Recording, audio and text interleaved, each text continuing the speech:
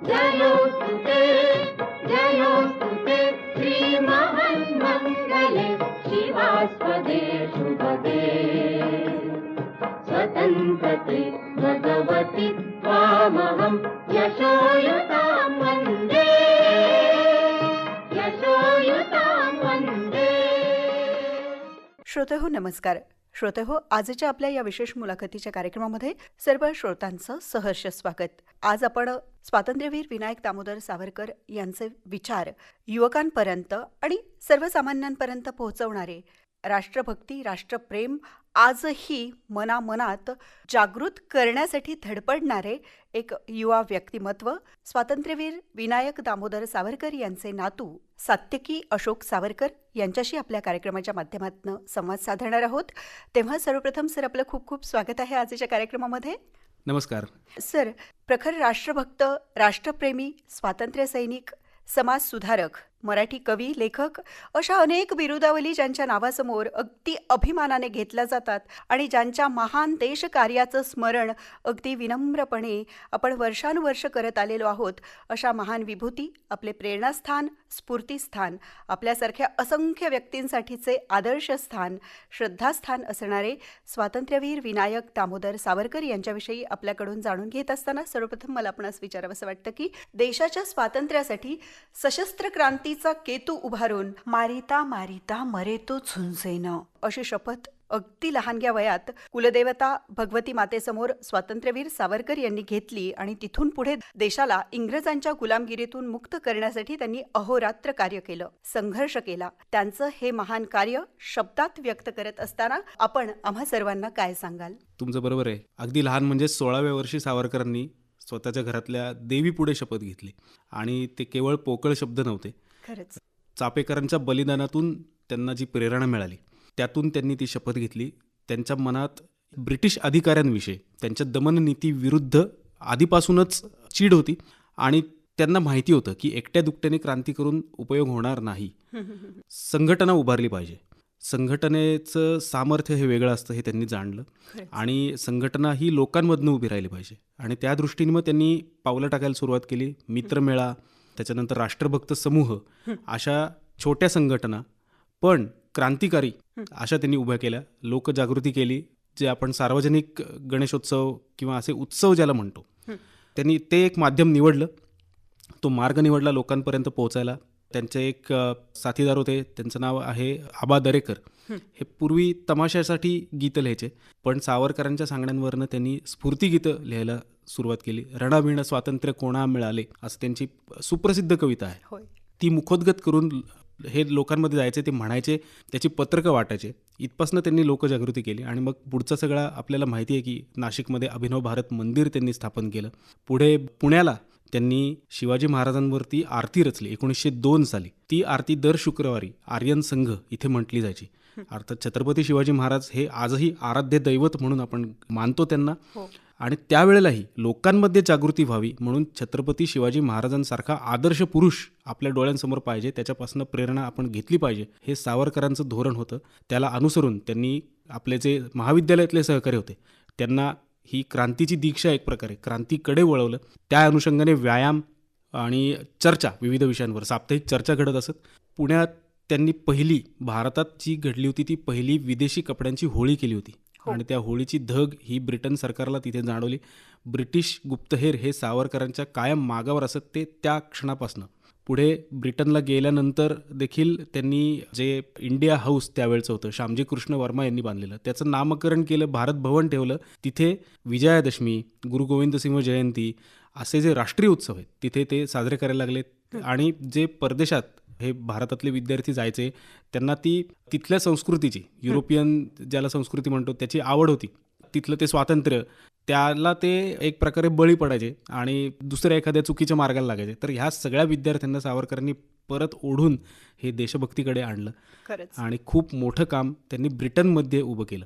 खरोखर राष्ट्रभक्ती, राष्ट्रप्रेमाची एक ज्वलंत धगधगती ज्वाला म्हणजे स्वातंत्र्यवीर हो. विनायक दामोदर सावरकर. आणि हे सगळं ऐकताना ना म्हणजे काही चित्रपटात पाहिलेले सीनही अगदी डोळ्यासमोर तरळून जातात. सर, आता आपल्या भारत देशाला स्वातंत्र्य प्राप्त करून देण्यासाठी स्वातंत्र्यवीर सावरकरांनी सशस्त्र क्रांतीचा दिलेला लढा आणि स्वातंत्र्य प्राप्तीसाठी केलेला संघर्ष, हे त्यांचं कार्य जेवढं महत्त्वपूर्ण आहे तितकंच एक समाज सुधारक म्हणून त्यांनी केलेलं कार्यही अतिशय महत्त्वपूर्ण आणि अद्वितीय असं आहे. तर त्यांच्या जीवनामध्ये त्यांनी पार पाडलेल्या या सामाजिक कार्याविषयी आपण काय सांगाल बरं श्रोत्यांना? आता स्वातंत्र्यवीर सावरकर जाऊन 60 वर्ष होतील. होय. पण या 60 वर्षांच्या कालावधीत क्रांतिकारक सावरकर सगळीकडे पोचले, समाज क्रांतिकारक सावरकर पोचलेले नाहीत. आणि मग विरोधक साहजिकरित्या आरोप करतात की अंदमान नंतर सावरकरांनी काय केलं. तर सावरकर हे अभ्यासक होते, चिकित्सक होते. आपण का हरलो याची मीमांसा त्यांनी केली. हो. आणि त्यांच्या असं लक्षात आलं की आपल्या समाजातच काहीतरी दोष आहेत, ते असल्याशिवाय आपण हरू शकत नाही.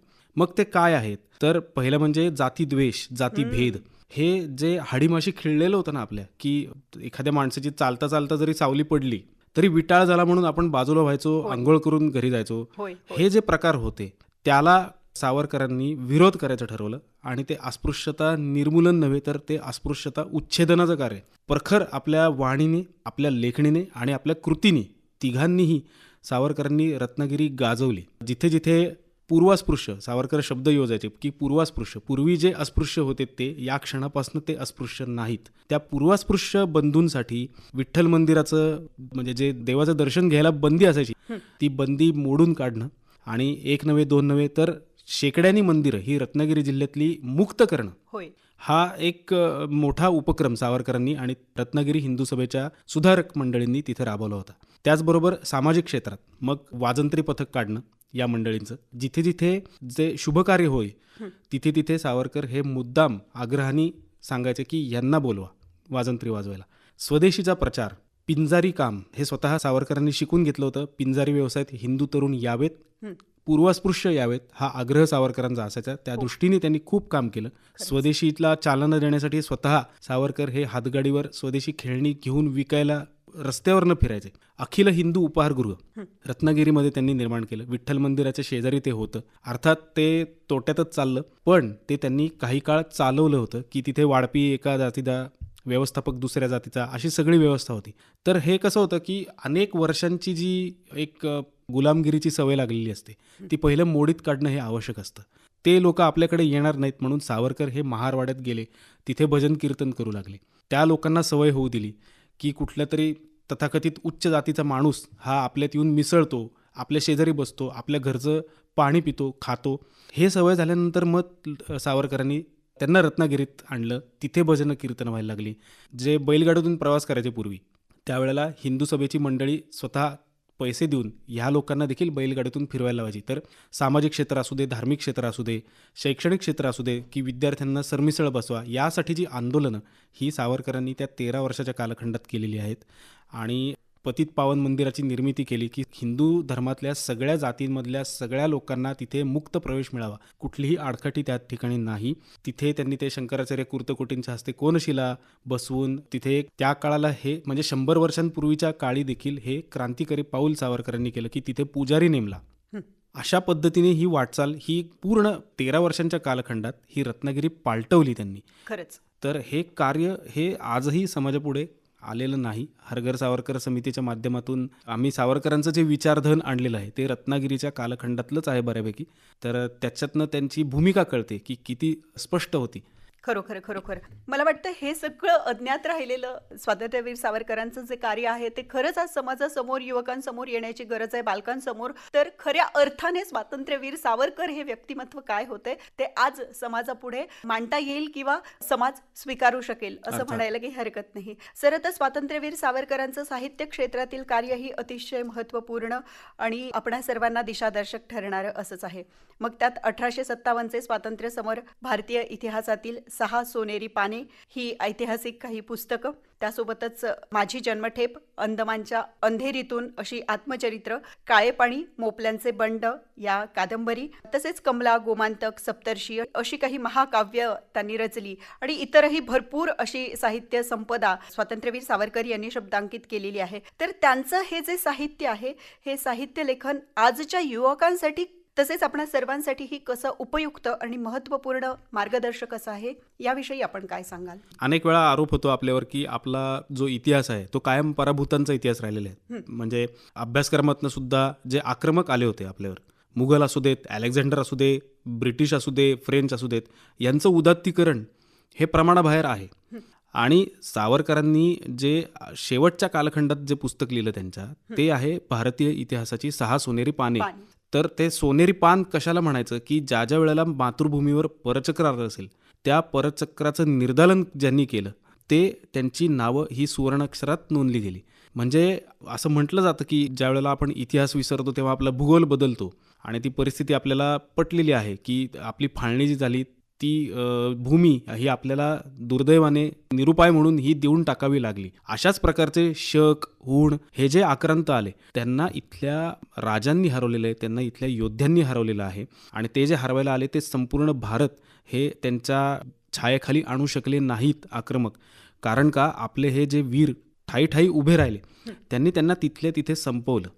तर हे सर्वात महत्त्वाचं आहे की ज्या ज्या वेळेला आपल्यावर असं परचक्र येतंय हे आपल्याला कळतंय, त्या वेळेला आपण त्याचा प्रतिकार करणं. आजच्या काळात बघायला गेलं तर आज ती परिस्थिती नाही. राजेशाही नाही, राजे नाही आहे, सैन्य आहे ते भारताचं आहे, स्वतःचं संरक्षण. आणि आपण लोकतंत्र निवडलेलं आहे. परंतु लोकतंत्रातून जर असा प्रयत्न होत असेल की या राष्ट्राची, या देशाची ओळख पुसली जावी म्हणून जर काही प्रयत्नशील असतील, तर आपलं हे कर्तव्य आहे की लोकजागृती करून हे मतदानाचं प्रतिशत जे आहे ते जास्तीत जास्त वाढवायचं आणि याला लोकतांत्रिक पद्धतीनेच उत्तर द्यायचं. आपले निर्बंध म्हणजे ज्याला कायदे आपण म्हणतो, निर्बंध हा शब्द सावरकरांनीच दिलेला आहे, तर ते सक्षम करायचे ज्याने गुन्हेगारीला, दहशतवादाला आपोआप आळा बसेल.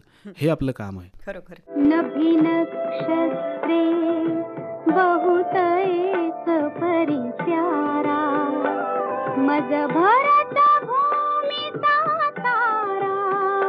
सर, स्वातंत्र्यवीर विनायक दामोदर सावरकर यांच्या कार्याविषयी आपण बोलत असताना नक्कीच त्यांनी केलेले जे काव्य आहे, जी काव्य निर्मिती आहे, ज्या काव्यरचना आहेत, त्या आपल्यामधील राष्ट्रप्रेम, राष्ट्रभक्ती तर जागृत करतात, पण खऱ्या अर्थाने आपल्याला भावनिक करणाऱ्या, मनातून आपला अंतरंग सद्गतीत करणाऱ्या अशा त्यांच्या काव्यरचना आहेत.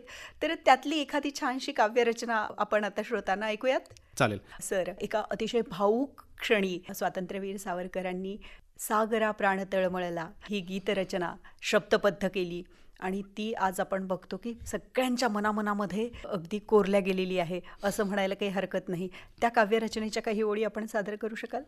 त्यातलं एक कडवं आहे की सावरकर त्यावेळेला ब्रिटनमध्ये गेले, तिथे त्यांनी क्रांतिकार्य तिथे आरंभलं आणि त्यांचं क्रांतिकार्य सुरू असताना त्यांचे सहकारी, त्यांची धरपकड झाली आणि आता ते एकटेच राहिले होते. म्हणजे त्यांनी फ्री इंडिया सोसायटी जी निर्माण केली होती किंवा ते भारत भवन होतं, तिथे सगळे छापे पडले होते, त्यांचे सहकारी पकडले गेले होते.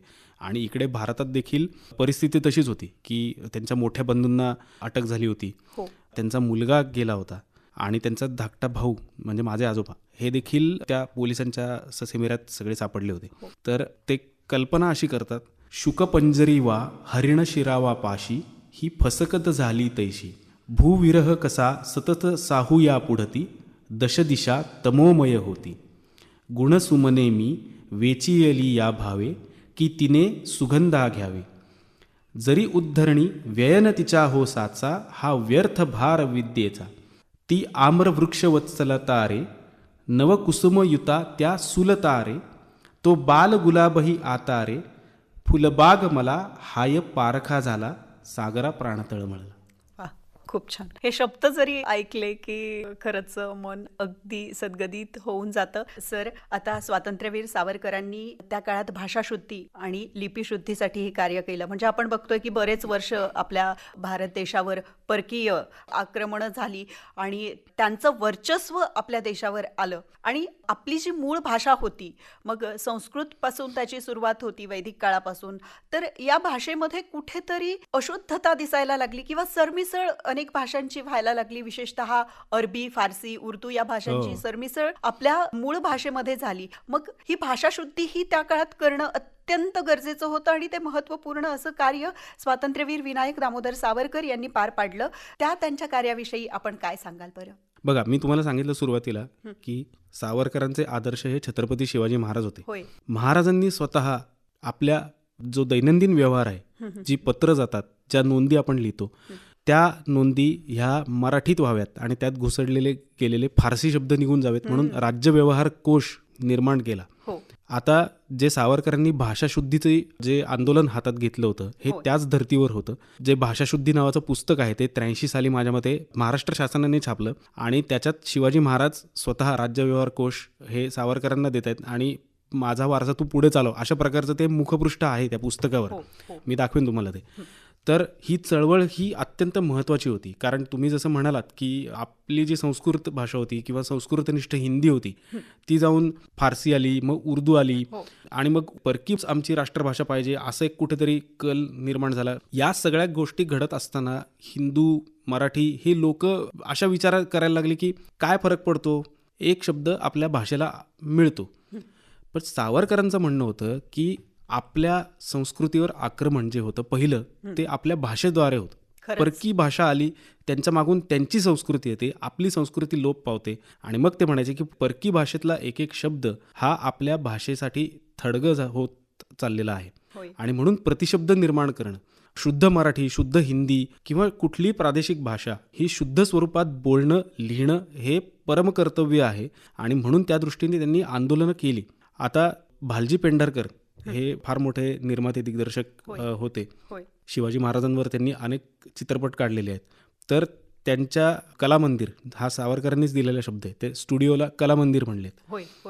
तिथे गेल्यानंतर त्यांनी बघितलं की प्रत्येक विभागावर अशी वेगवेगळे हे दिले, डिरेक्टर, आर्ट डिरेक्टर हे ते.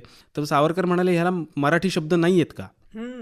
तर बालजींनी विनंती केली की तुम्ही लिहा, या क्षेत्रात मराठी शब्द माहिती नाहीत आम्हाला. मग त्याबरोबर सावरकरांनी बसल्या जागी 35 मराठी शब्द योजून दिले की डिरेक्टरला दिग्दर्शक, कला दिग्दर्शक, संगीत दिग्दर्शक हे अशा प्रकारचे शब्द चित्रपटसृष्टीचे निगडीत हे सावरकरांनी दिलेले आहेत. शिवाय आता महापालिकेच्या निवडणुका झाल्या, तो महापौर हा शब्द ही सावरकरांची देणगी आहे, फार थोड्या लोकांना माहिती आहे.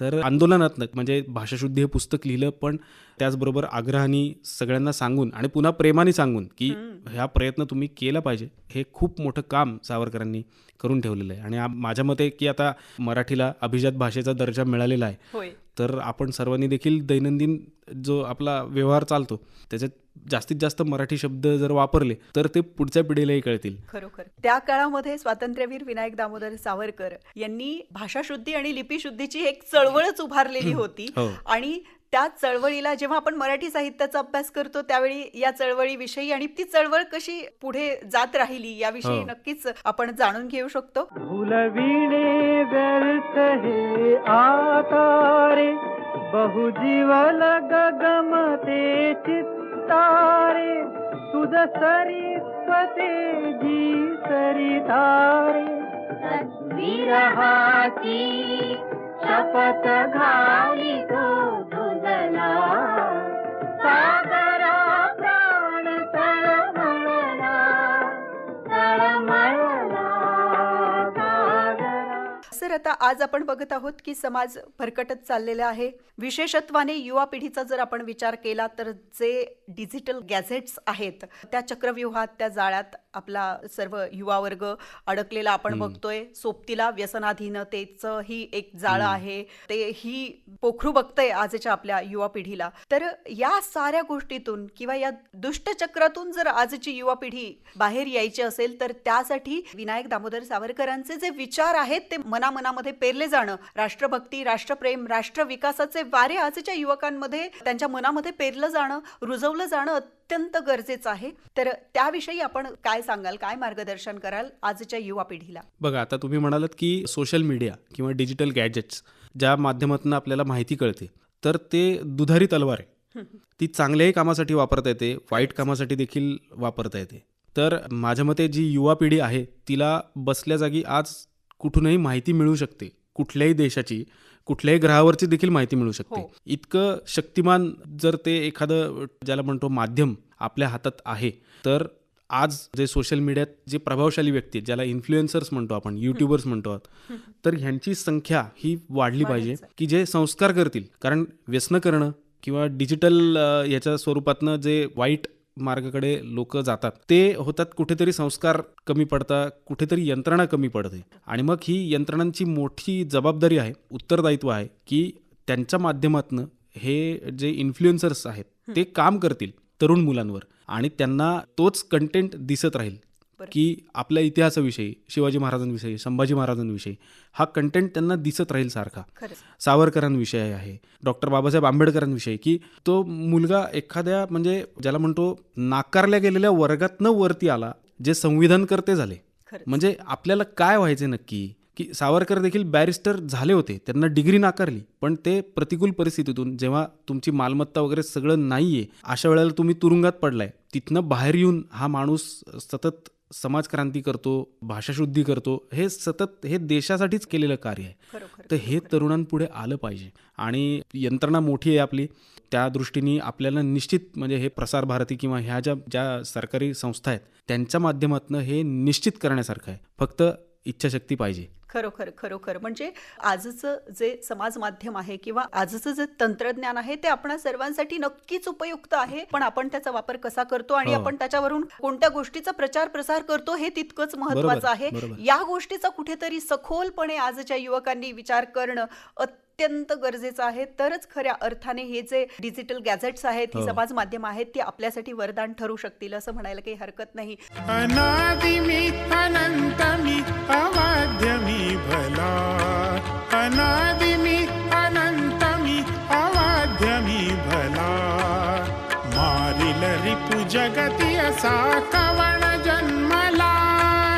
सर, आपण बघतोय की सध्याच्या काळामध्ये समाज परिवर्तन आणि समाज परिवर्तनातून कुठेतरी आलेली स्वकेंद्रितता आणि त्यामुळे फक्त स्वविकासाकडे ओढला जाणारा आपला कल, या गोष्टी कुठेतरी थांबायला हव्यात आजच्या युवकांमध्ये. कारण आजचा युवक हा उद्याचं भविष्य आहे आपल्या संपूर्ण देशाचं. स्वतःचं किंवा स्वतःच्या घरापुरतं, समाजापुरतं, परिवारापुरतं ते मर्यादित नाही, परंतु ते संपूर्ण देशासाठीच असणारं भवितव्य आहे, भविष्य आहे. मग हे जर भविष्य उज्ज्वल व्हायचं असेल, राष्ट्र विकासाचे वारे जर आणखी जोराने आपल्या देशभरात व्हायचे असतील, तर खरोखर ही जी विचारधारा आहे, स्वातंत्र्यवीर सावरकरांचे क्रांतिकारी विचार असतील किंवा इतर महान क्रांतिकारकांचे, समाजसुधारकांचे, स्वातंत्र्य सेनानींचे विचार असतील, ही विचारधारा आजच्या युवकांमध्ये भिनणं, आजच्या पालकांमध्ये रुजवणं अत्यंत गरजेचं आहे आणि त्यासाठी वाचन चळवळ उभारणं ही तितकंच गरजेचं आहे.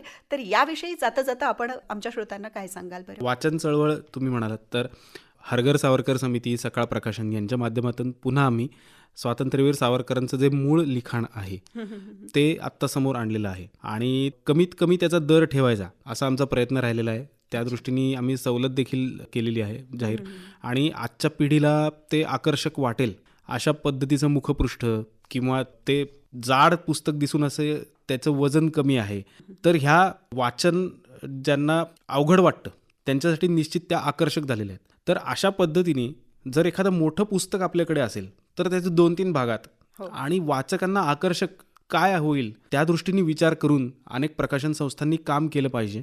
पुण्या मुंबईकडे बुक कॅफे असतात, तर अशा बुक कॅफेंची संख्या जर वाढली की तुम्हाला तिथे निवांतपणा आहे एक प्रकारचा. पूर्वी वाचनालय असायची, पण त्याचं रूपडं तुम्ही जर पालटलं आणि आजच्या पिढीला आकर्षक काहीतरी वाटेल, तिथे येऊन बसावंसं वाटेल, तिथे येऊन ती पुस्तकं वाचावीशी वाटतील आणि त्या दृष्टीने जर प्रयत्न केले गेले तर निश्चितच पुन्हा एकदा ती वाचन संस्कृती येईल. वाचन एकदा तुम्ही करायला लागला की तुमची बैठक, तुम्हाला स्थिरता, हे सगळं लाभतं आणि स्थिरता एकदा तुमची झाली की तुम्हाला ते मानसिक एकदा स्थैर्य आलं की तुम्ही वाहवत जात नाही. आज जो आपण बघतो तरुण वर्ग आहे किंवा आमची पिढी आहे की ती स्वतःपुरता विचार करणारी, कुटुंबापुरताच विचार करणारी एवढीच मर्यादित राहिलेली आहे, पण देशाविषयी, समाजाविषयी हा विचार करत नाही. तर ते कुठेतरी अस्थिर आहेत की आपल्याला एवढं मिळतंय, मग आपण अजून मिळवूया. हे कुठे थांबतच नाही. पण ते जर तुम्ही चांगले ग्रंथ हे सोप्या ह्याच्यात वाचायला दिले तर निश्चित त्यांचं मन वळेल. नक्कीच अशा दृष्टिकोनातून प्रयत्न झाले तर डॉक्टर बाबासाहेब आंबेडकर यांचे विचार असतील किंवा स्वातंत्र्यवीर विनायक दामोदर सावरकर यांचे विचार असतील, महात्मा ज्योतिबा फुले यांचे शिक्षणविषयक विचार असतील आणि अशा अनेक समाजसुधारक, क्रांतिकारक आणि स्वातंत्र्य सेनानींचे विचार असतील, ते मनामध्ये रुजवण्यात आपण यशस्वी ठरू असं म्हणायला काही हरकत नाही. सर, आता जाता जाता स्वातंत्र्य देवीचं स्तोत्र स्वातंत्र्यवीर सावरकरांनी रचली, जयोस्तुते श्री महन मंगले, तर ती तुमच्या मुखातून नक्कीच आम्हा सर्वांना ऐकायला आवडेल. एखादं कडवताचं तुम्ही घ्याल. पहिलंच कडवं हो. म्हणतो मी. हो त्याच्यात ते म्हणतात की आता हे स्वातंत्र्य देवीची आळवणी आहे. हो तर ती स्वातंत्र्याची देवता ही कशी असेल, तर ते म्हणतात की राष्ट्राचे चैतन्य मूर्त तू, नीती संपदांची स्वतंत्रते भगवती, श्रीमती राज्ञी तू त्यांची, परवशतेच्या नभात तुची आकाशी होशी, स्वतंत्रते भगवती चांदणी चमचम लखलखशी, वंदे त्वाम अहम यशोयुताम वंदे, जयोस्तुते श्री महन्मंगले शिवास्पदे शुभते, स्वतंत्रते भगवती त्वाम अहम यशोयुताम वंदे. खूप छान सर.